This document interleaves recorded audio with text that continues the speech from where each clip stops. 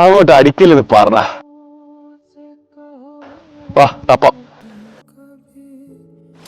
നീ ഒരു കാര്യം ശ്രദ്ധിച്ചേ, പ്രണവ് മോഹൻലാല്, ദുൽഖർ സൽമാൻ, അർജുൻ ടെണ്ടുൽക്കർ ഇവന്മാരുടെയൊക്കെ കാരണന്മാർ ഇവന്മാർക്ക് ആവശ്യത്തിന് ഉണ്ടാക്കിയിട്ടതുകൊണ്ട് പണിയെടുക്കാണ്ട് പൈസ ഉണ്ടാക്കാം.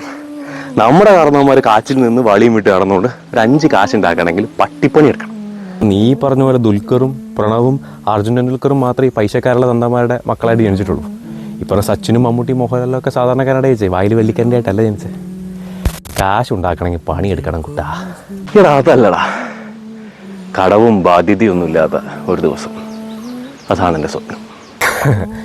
അങ്ങനെയാണെങ്കിൽ നീ പറഞ്ഞ പോലെയൊക്കെ ജനിക്കേണ്ടി വരും.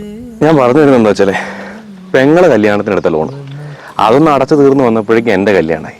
ഞാൻ എൻ്റെ കല്യാണം ചെറിയ രീതിയിൽ നടത്തിയാൽ മതി എന്നൊക്കെ വീട്ടുകാരോട് പറഞ്ഞു. അപ്പോൾ അവർക്ക് ആട്ടിത്യം, കുടുംബക്കാരെല്ലാം വിളിക്കണം. പിന്നെ അതും എടുത്ത ആ പൊന്ത കടം അതൊന്ന് അടച്ചൊന്ന് ഒതുങ്ങി വരുമ്പോഴേക്കും വീട് പണി. എനിക്ക് വയ്യ.